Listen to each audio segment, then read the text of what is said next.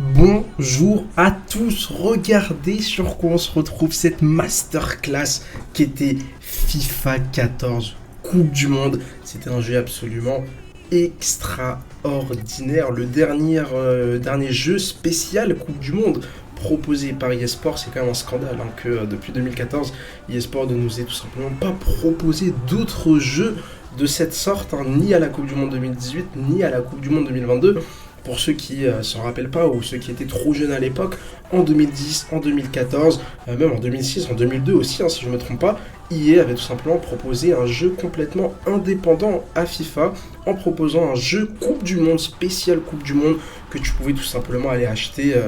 Tu pouvais l'acheter à Carrefour, tu pouvais l'acheter à Micromania, tu pouvais l'acheter sur le PlayStation Store et profiter de cette masterclass absolument extraordinaire.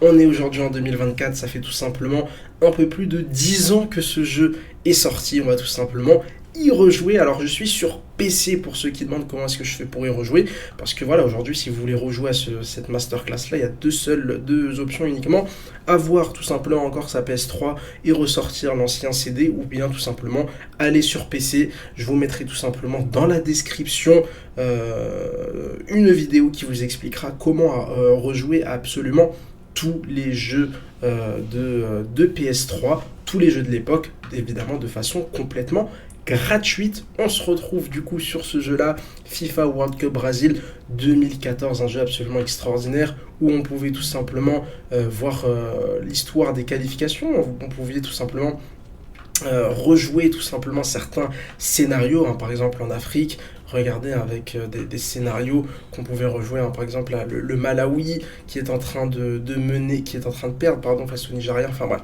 plein de scénarios différents.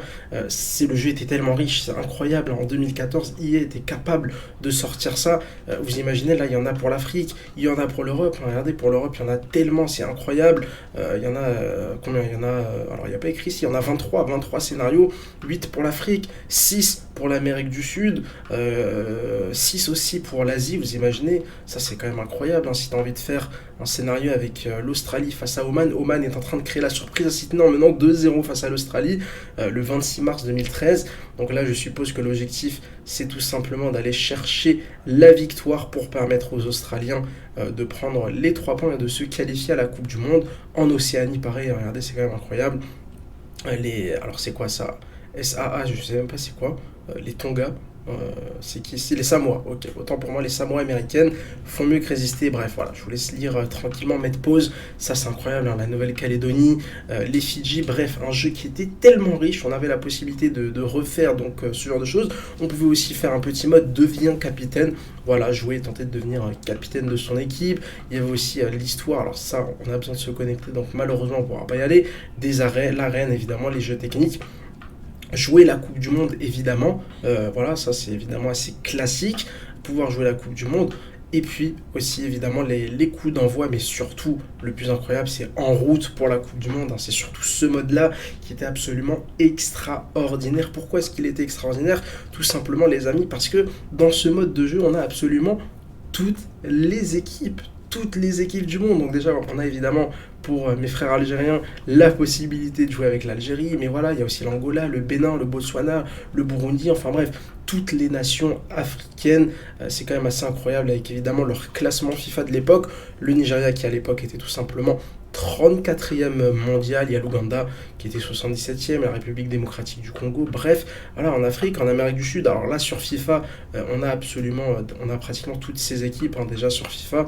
Au niveau de l'Amérique du Sud, c'est pas forcément ce qu'il y a de plus intéressant à regarder, mais regardez en Asie, voilà, si tu as envie de faire un match avec l'Afghanistan, le Yémen, le Vietnam, la Thaïlande, c'est incroyable, c'est absolument extraordinaire.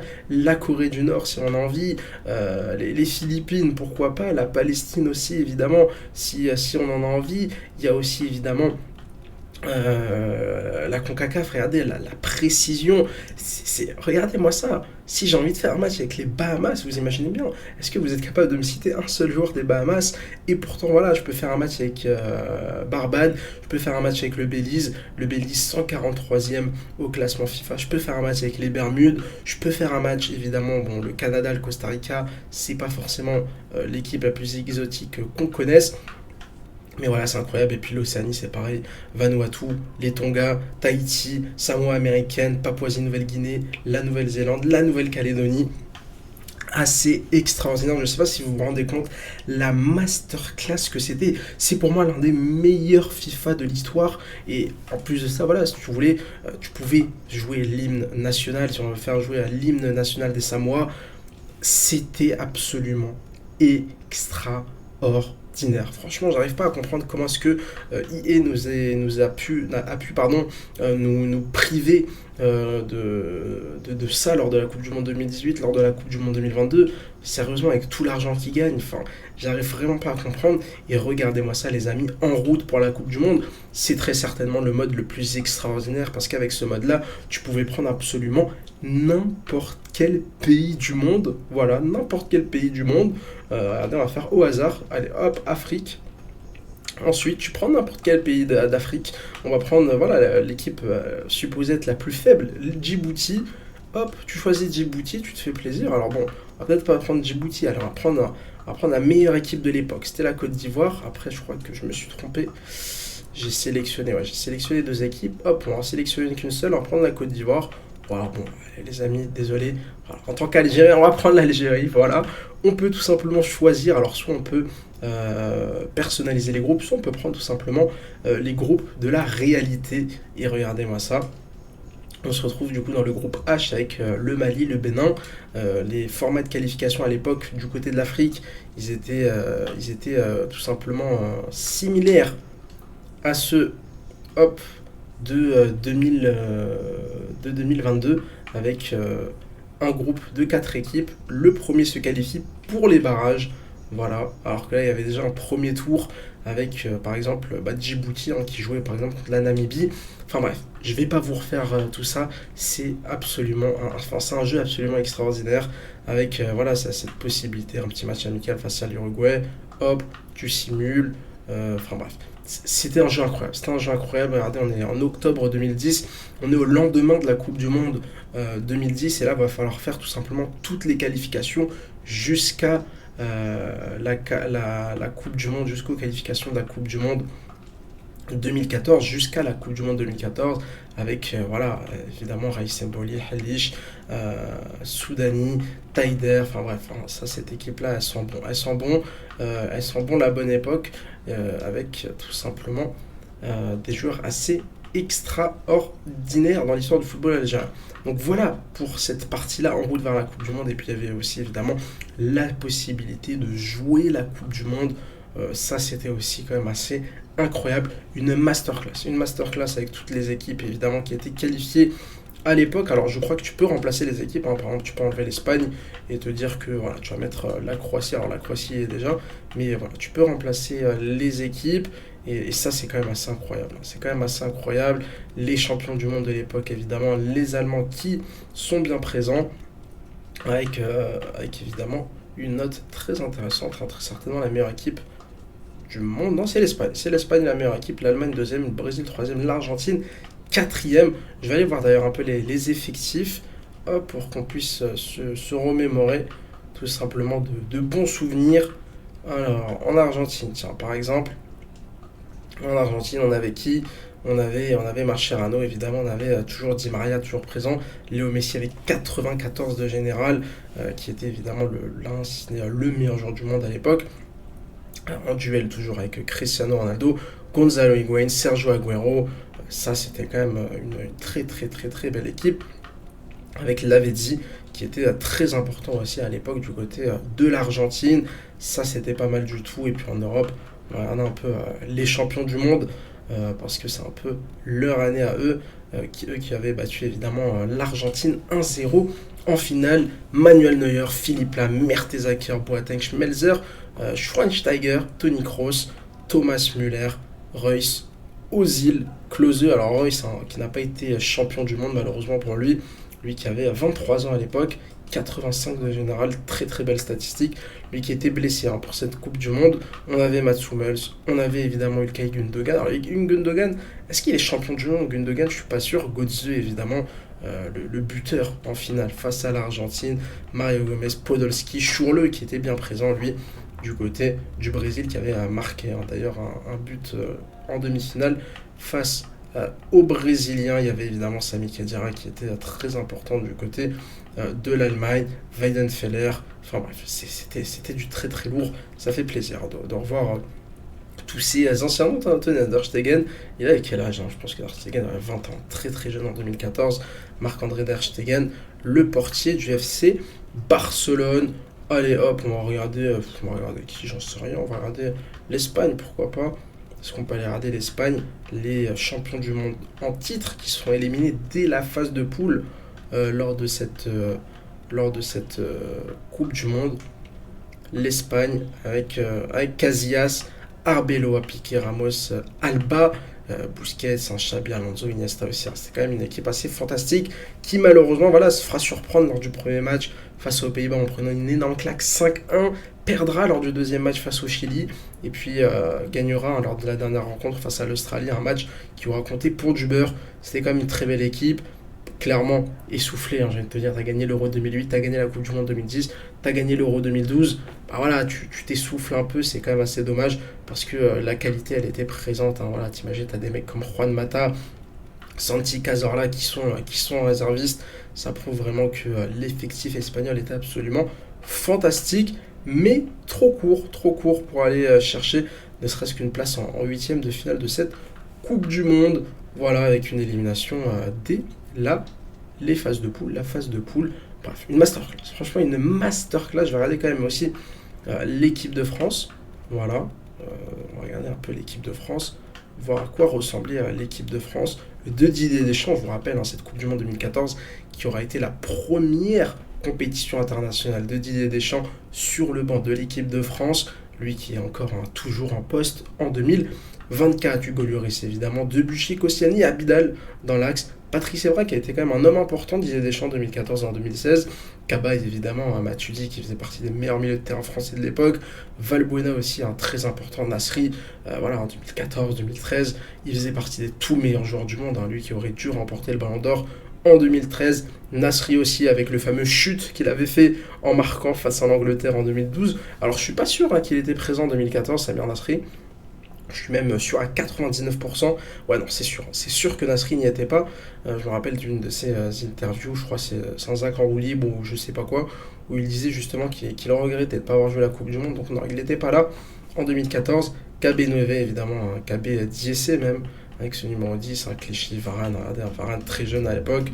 Alors la modélisation elle est ratée, mais elle a 19 ans pour Raphaël Varane, très très jeune, Moussa Sissoko, qui avait que 23 ans à l'époque, c'est incroyable. Loïc Rémy, Dimitri Payet, Olivier Giroud évidemment, qui était plutôt... alors si, Giroud et Benzema jouent ensemble, même si Giroud était plutôt le deuxième attaquant, Paul Pogba évidemment, élu meilleur jeune de la Coupe du Monde 2014 si je ne me trompe pas, lui qui aura été très très important notamment face... alors il avait marqué, je crois, je suis pas sûr, c'était face au Nigeria. Là les amis, je suis désolé, j'ai pas révisé très très bien, même pas du tout, ma Coupe du Monde 2014, mais voilà, vous voyez Stéphane Ruffier, Zouma, Rami, enfin là, deux Stéphanois d'ailleurs. On a Christophe Jallet aussi, Mapouyon Gambiwa, Abou Diaby quand même présent ici, l'un des plus grands talents de l'histoire du football français qui malheureusement aura eu beaucoup trop de blessures. D'ailleurs bien modélisé Abou Diaby, plutôt pas mal modélisé. Alors Gambiwa c'est raté, Menez c'est pas mal, Jallet c'est pas mal aussi, Mavouba aussi c'est pas mal, Réveilleur aussi, alors on est sur Rami aussi ça va, Zouma non, Ruffier aussi c'est raté. Alors Lloris, est-ce qu'il est bien fait? Lloris on n'aime pas sa tête, Debuchy c'est pas mal, Koscielny aussi, Abidal aussi c'est très bien fait. Bref, on va pas tous les faire. Est-ce que Ribéry est bien fait? Ouais, très bien fait même, Nasri aussi. Bon après ça c'est... J'ai envie de vous dire, encore heureux que tous ces mecs là sont bien faits, alors que Varane lui pas du tout. Mais voilà, une masterclass ce jeu-là. Alors ce que je vous propose les amis, c'est qu'on aille se faire un petit match quand même. N'hésitez pas d'ailleurs à me dire si vous voulez que je vous fasse une série. Pourquoi pas vous faire une série pendant l'été, pendant ce mois d'août sur cette Coupe du Monde, voilà, en route pour la Coupe du Monde. Ce que je vous propose, c'est qu'on se fasse un petit Argentine-Allemagne. Voilà, on va se faire un remake tout simplement de cette finale de Coupe du Monde. Alors malheureusement, voilà, il y a quand même quelques petits hicks. J'y joue gratuitement, j'y joue 10 ans plus tard sur mon PC. Donc malheureusement, voilà, il y a des petits problèmes graphiques dans le jeu. Avec ce petit problème graphique que je n'ai pas pu résoudre, les maillots. Donc malheureusement, je ne sais pas pourquoi le maillot ne veut pas changer. Le short change bien, mais le maillot ne veut pas changer. C'est quand même assez dommage. Donc écoutez, on va faire blanc contre noir. Faudra regarder uniquement les shorts. Alors la gestion d'équipe, on va pas se casser la tête. On va laisser. On va peut-être. Alors est-ce que phase de poule, 8ème, demi-finale. Évidemment, au Maracana, le temple du football, l'un des stades, si ce n'est peut-être le stade le plus mythique de l'histoire du football. Allez, c'est parti, je vais pas me casser la tête à changer, même si Pocho Lavezzi est un réserviste, je viens d'y penser. J'aurais peut-être pu le mettre sur le banc, mais bon, alors on va pas se casser la tête. Là, l'idée, c'est juste de redécouvrir un peu ce jeu-là, avec le petit défi technique. Alors, ça bug un peu, hop. Normalement, dans le jeu, ça devrait pas bugger. Les petites animations. Alors ça, on l'a évidemment en 2022, on l'a eu aussi en 2018. On a eu la possibilité à chaque fois, EA nous a offert une petite mise à jour pour pouvoir quand même jouer au jeu de la Coupe du Monde.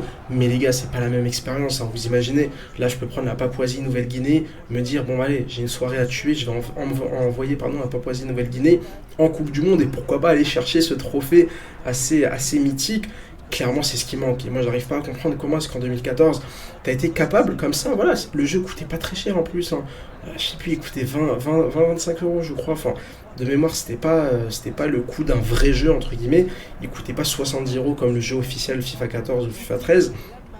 Mais voilà, tu avais un jeu super complet, tu avais un jeu clairement intéressant, clairement génial. Franchement, je le dis, génialissime, avec cette possibilité de pouvoir prendre une équipe complètement inconnue au bataillon et pouvoir, pourquoi pas, l'emmener en Coupe du Monde. Bon, on est parti. Il y a eu des petits bugs concernant ce regardez, au niveau du jeu, c'est plutôt fluide. Alors, est-ce qu'il n'y a pas hors-jeu? Si, il y a hors-jeu, ça c'est pas très bien fait de ma part. Kun Agüero qui joue ailier gauche, voilà, pourquoi pas. Écoutez, le Kun qui ne remportera jamais la Coupe du Monde, lui qui a pris malheureusement sa retraite un peu forcée à cause de ses problèmes cardiaques du côté du Barça. Et l'Argentine qui sera allé chercher quand même sa Coupe du Monde en 2022. Mais voilà, vraiment pour moi c'est une masterclass totale. En tout cas dites-moi si vous avez envie que je vous fasse en route vers la Coupe du Monde. Si vous voulez que je vous fasse une petite série, moi honnêtement ça me dérange pas, je suis plutôt chaud. Mais n'hésitez pas surtout à me proposer un pays.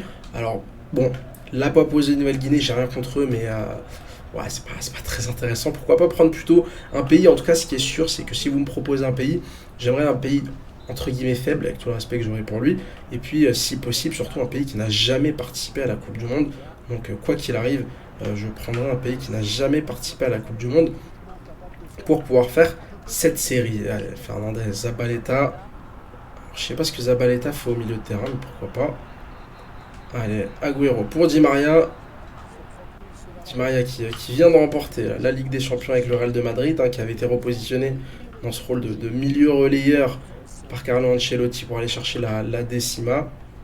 Ça avait bien souri au Madrilène. Allez, Léo Messi. Léo Messi qui aura été élu meilleur joueur de cette Coupe du Monde 2014. Bon, alors est-ce que c'est mérité, est-ce que c'est pas mérité? Ça, j'en sais rien du tout. Mais vraiment, cette équipe d'Argentine était pas mal. Et puis, que dire du Bayern de Munich avec Miroslav Klose qui, dans cette Coupe du Monde, est rentré dans l'histoire de la compétition. Et la tête d'Higuaín, la deuxième tête d'Higuaín, la reine Neuer. Et Klose qui était rentré dans l'histoire de la compétition, devenant le meilleur buteur de l'histoire des Coupes du Monde. Et puis, que dire de Neuer qui avait ébloui la planète dans ce rôle de... je vais pas dire de presque défenseur, mais c'est ça un peu. Allez, Agüero pour Marcos Rojo, Garay. On va peut-être jouer un peu du côté droit parce que à droite, vous savez qui joue de ce côté-là. C'est Léo Messi. Allez, la frappe de loin de Léo Messi. Oh, c'était plutôt bien tenté. Et la reine Neuer qui vient un peu nous dégoûter. Oh, là, je voulais pas faire la passe, mais pourquoi pas. Allez, Garay. Et là, faut venir couper. Ce genre de centre, c'est toujours dangereux. Avec une trajectoire très compliquée à défendre. Il y a pas en jeu, je crois, de Banega. Il n'y a pas en jeu de Banega, on a un peu de chance. Allez, Banega pour Agüero. Mascherano. Voilà, Rojo, on va pouvoir tirer. Di Maria. Ah, il a rejoué Higuain. C'est dommage, c'est dommage. Gonzalo Pipita Higuain, qui est bien en position de danger. J'ai voulu lui donner le ballon, j'aurais dû être un peu plus patient sur cette action, mais voilà. On est sur FIFA 14, hein, clairement, au niveau du gameplay, au niveau des graphismes, etc. C'était du FIFA 14, hein, c'était pas du FIFA 15 en avance à l'époque, c'était du FIFA 14, mais c'était ce qu'on voulait, hein, c'était ce qu'on voulait, clairement. Moi, voilà, j'ai surkiffé ce jeu-là, je l'ai saigné sur PS3. C'était vraiment l'un, si ce n'est le jeu que j'ai le plus kiffé. En plus, voilà, ça sortait pendant l'été. Tu sais, c'est une période où clairement, t'as plus envie trop de jouer à ton FIFA, t'as plus trop envie de jouer à ton mode carrière, t'as plus trop envie de jouer à FIFA Ultimate Team. Enfin voilà, t'as tout saigné et on te sort cette masterclass incroyable. Et clairement, tu passes le meilleur été de ta vie parce que t'as un jeu entre les mains qui est absolument fantastique. Ça avait été aussi le cas en 2010. Alors en 2010, j'étais un peu plus petit, donc je m'en souviens un peu moins. Et j'y ai clairement beaucoup moins joué, hein. J'avais pas de PS3 en 2010. Donc je n'ai pas pu avoir le jeu, même si je me rappelle hein, y avoir joué avec mes proches à l'époque. Et clairement, ce FIFA 14 Coupe du Monde, il était absolument extraordinaire. Donc vraiment, si vous avez un PC qui tourne un peu, il n'y a pas besoin d'avoir, franchement, je pense même avec un PC portable, enfin, j'ai pas envie de dire de bêtises, hein, mais honnêtement, il n'y a pas besoin d'avoir un PC de la NASA pour faire tourner ça. C'est super simple, tu télécharges le jeu, tu l'installes dans ton émulateur, et tu passes tout simplement des magnifiques soirées. Alors, il faudrait peut-être que je cherche un autre jeu pour ne plus avoir, ces petits bugs des maillots. C'est vrai que voilà, les petits bugs des maillots, je vais pas dire que ça gâche l'expérience dans le jeu, mais voilà, c'est un peu chiant. Mais regardez, sinon c'est exactement la même chose que sur PlayStation, que sur. Bah écoutez, on va jouer comme ça, hein. Ouais, j'ai la flemme de. Voilà, je vais jouer avec Higuain à gauche et j'ai la flemme, les gars, de changer. On va absolument rien changer. On va partir juste avec Messi dans l'axe. Et après, le reste, on avisera dans le jeu. Et puis, pourquoi pas trouver un nouveau poste à Higuain. Voilà. Peut-être que ça va lui permettre enfin de faire des bons matchs avec l'Argentine. Messi. Ah bah génial ça. La perle de Paul de la Pulga. Schweinsteiger. Ah, Schweinsteiger, c'est vraiment la bonne époque. Franchement, quand on entend un nom comme ça, c'est le football des années 2010. C'est évidemment le Bayern, surtout le Bayern. C'est un peu Manchester United. Alors c'est vrai que ça a été un peu un échec, hein, son transfert à United. Après, il est vite parti hein, du côté des États-Unis avant de vite finalement prendre sa retraite internationale. Di Maria, ça c'est pas mal du tout. Di Maria, c'est dommage. Agüero là, un peu trop profond pour le Kun. Et Neuer évidemment qui sort s'emparer du ballon. On est à la 60e minute de jeu. Franchement les amis, j'espère voilà, qu'en commentaire vous allez me raconter vos souvenirs et me dire hein, quel est le plus gros exploit que vous avez fait. Moi c'est évidemment voilà, faire remporter la Coupe du Monde à l'Algérie. Je l'avais fait plusieurs fois à l'époque. C'était déjà un exploit assez sensationnel je pense. Je me souviens pas quand j'étais petit, c'est vrai que c'était pas forcément un truc qui m'intéressait énormément de prendre voilà par exemple les îles Fidji ou voilà, une île perdue au milieu du Pacifique pour essayer de lui faire gagner la Coupe du Monde. Mais ça c'est un défi qui voilà, 10 ans plus tard pourrait tout simplement m'intéresser.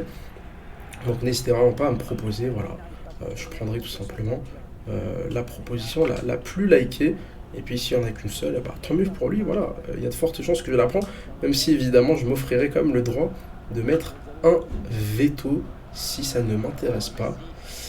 Mais normalement il n'y a pas trop de raison que ça ne m'intéresse pas. Bah les gars, c'est compliqué. C'est compliqué quand même ce jeu. Et là, attention, Klose, heureusement Klose n'est pas le joueur le plus rapide. Et là, ça part en profondeur pour Ozil. Ozil qui avait fait une bonne Coupe du Monde en 2014. Mesut Ozil. Lui qui jouait déjà à Arsenal, qui avait quitté le Real de Madrid un an plus tôt. Oh non, je voulais pas la mettre ici. Pas facile ce match-là. Et là, la Bonne ambiance, évidemment, dans les tribunes. Et Tony Kroos, ça je me rappelle, dès que il y avait cette petite animation, tu savais que ce jour-là allait sortir.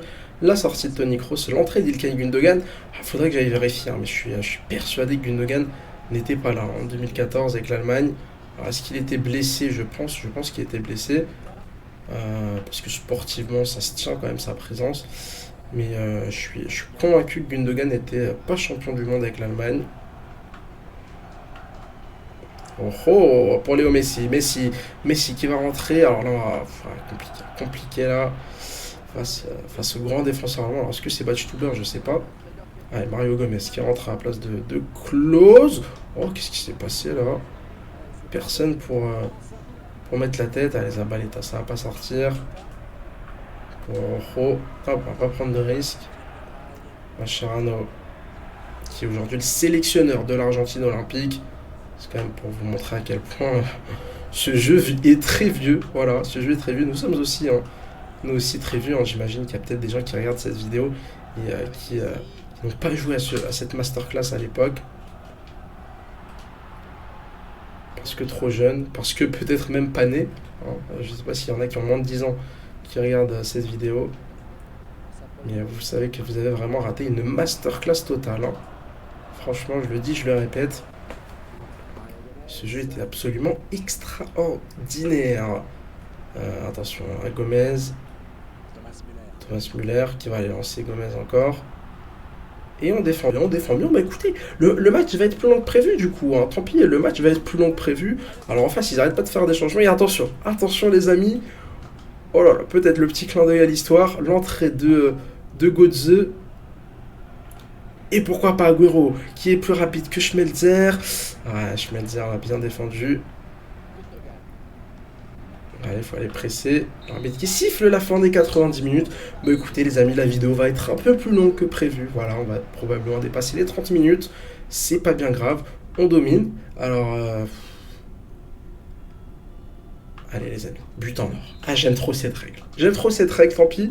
Si ça ne me réussit pas, bah écoutez, l'Allemagne sera championne du monde. Mais j'aime trop cette règle. Alors, elle est injuste, je trouve, parce que tu laisses pas l'opportunité à l'équipe adverse de réagir, entre guillemets. Mais c'est tellement dramatique, c'est tellement... voilà, on a tous évidemment en tête les images de Trezeguet à l'Euro 2000, qui va aller crucifier les Italiens en prolongation en marquant ce deuxième but. C'est évidemment dramatique, mais je sais pas, moi j'aime bien, je trouve que... Voilà, ça rajoute un truc en plus, et je sais pas s'il faudrait remettre en place, hein, mais c'est vrai, quand tu regardes aujourd'hui, les prolongations, elles sont extrêmement ennuyantes, et peut-être qu'avec le but en or, bah, ça permettrait d'avoir des prolongations encore plus folles, et des équipes qui justement prendront peut-être un peu plus de risques, ou pas d'ailleurs, hein. Peut-être que les prolongations seront encore plus chiantes en remettant le but en or, avec des équipes qui justement feront tout pour ne pas prendre ce but. Allez, Fernandez, on le sait, hein, c'est le but en or. Higuaín, hein, dans le couloir gauche, Léo Messi, Higuaín. Ouais, je pense pas que le Philippe Lam de 2014 soit beaucoup plus rapide qu'Higuaín.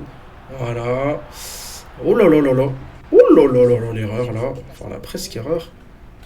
Heureusement pour lui. Oh là là là là là là, attention. Zabaleta. On va la mettre à Garay. Oh oh. Et c'est la prolongation. La mi-temps, pardon, des prolongations. Alors là, ce que je vais faire, c'est que je vais faire peut-être des changements. Alors, on va se permettre de faire des petits changements. Higuaín, on va le sortir. J'adore le banc. Le banc est fantastique. Hein. Alors là, le banc est fantastique. On va mettre Palacio, hein, tant pis. Hein. On va mettre Palacio. On va sortir Banega. Hop. Et on va peut-être sortir Fernandez. Voilà. C'est pas mal, tant pis. Tant pis, le triple changement. Ah, pour les 15 dernières minutes de ce match-là. Est-ce que cette finale de Coupe du Monde va s'arrêter comme dans la réalité avec un but de Götze? C'était en deuxième mi-temps de prolongation, hein, je crois. Le but... Oh là là là là, Götze. Voilà, si Götze marque, les amis, je ne fais pas exprès. Je veux vraiment gagner ce match-là. Allez, Gago pour son premier ballon. Alors, Gago, c'était pas le joueur le plus rapide. Mais techniquement, c'était facile. Mascherano, toujours présent évidemment.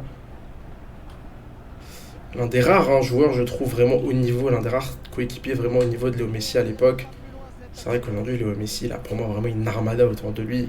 Emiliano Martinez, Fernandez, Rodrigo De Paul, Romero, Lisandro Martinez, même Molina, même évidemment Di Maria qui a pris sa retraite internationale, Alvarez, Julian Alvarez, Lautaro Martinez. Enfin, voilà. Aujourd'hui, il a vraiment, je trouve, des coéquipiers extraordinaires.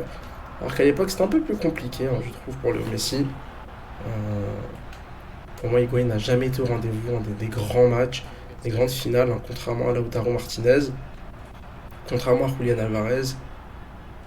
Il y avait aussi Palacio, pardon, avec sa coupe de cheveux. Alors lui, j'ai jamais compris sa coupe de cheveux. Je vous laisserai aller regarder sur internet. Allez, Mascherano, dépassement de fonction. Le centre, et là, ça va être. C'était la dernière action, malheureusement, j'ai pas vu. Mario Gomez qui évidemment gagne son duel aérien. Attention, la dernière action, elle sera allemande finalement. Oh là là, faut le casser, le mec. Agüero, Léo Messi, qu'on n'aura absolument pas vu aujourd'hui, les gars. Oh là là là là là là là. Allez, Rojo. Et l'arbitre qui a peut-être sifflé la fin du match. Allez, laisse-moi une dernière action. Allez, Agüero. Non, non, mais pourquoi il me fait son appel vers là? Oh, il est trop bête. Le temps additionnel qui veut pas s'interrompre. Alors, est-ce que le jeu aurait pas bugué? Ça, ce serait quand même assez marrant. Je sais pas si le jeu a bugué ou pas, mais c'est le temps additionnel le plus long de l'histoire.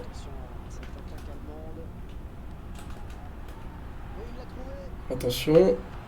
Attention! Comme dans la réalité. Ah, il l'a eu, son occasion. Alors que regardez, Romero a eu aucun arrêt à faire. Voilà, c'est fini, il n'y aura pas eu de bug. 0-0 à l'issue des 90 minutes. 0-0 à l'issue des 120 minutes, malgré la règle du but en or. On est parti évidemment pour les tirs au but. Allez les amis, on va mettre Messi en premier tireur. Agüero en dernier. Allez, Mascherano. Je l'ai déjà vu tirer des pénaltys avec le Barça, donc... Oh, le système de pénalty à l'ancienne, ok. Oh là là, je crois que je suis un peu dans l'orange. Oh, je suis un peu dans l'orange. Je suis trop dans l'orange, trop fort, trop puissant.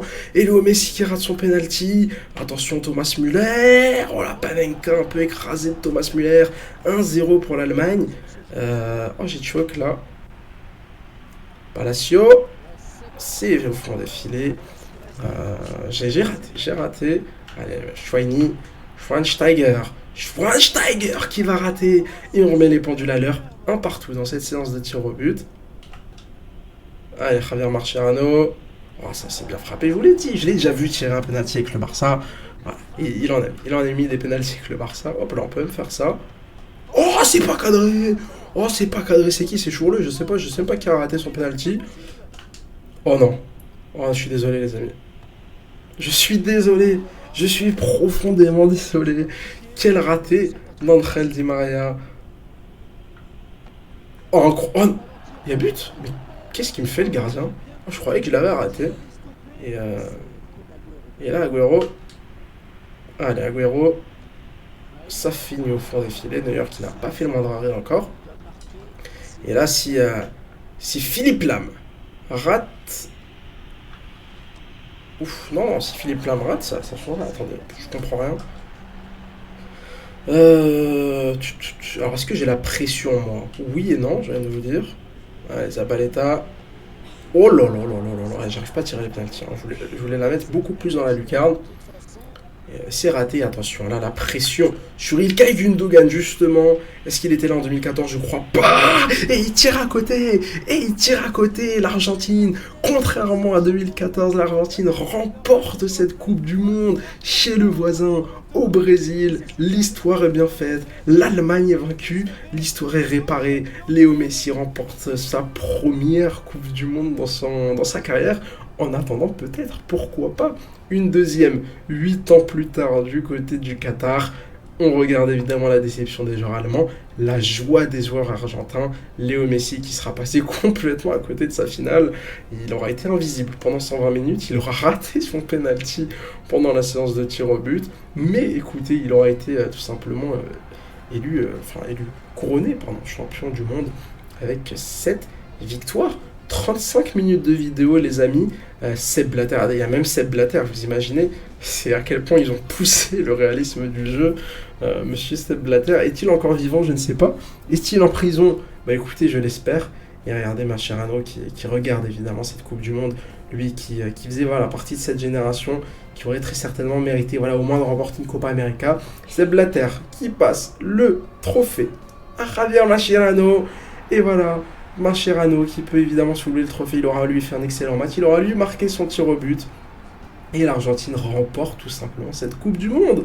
C'était pas mal les amis. J'espère que ça vous aura plu. On va regarder un peu au niveau des notes. Fernandez 7,5 sur le banc. Alors l'Allemagne, Boateng, élu homme du match avec 8 de notes. Et Philippe Lam, c'était Gundogan, je crois, qui avait raté son penalty, avec Marc Royce aussi. Compliqué pour ces pauvres et braves Allemands, mais écoutez, ils auront surtout remporté le match le plus important, celui évidemment dans la réalité.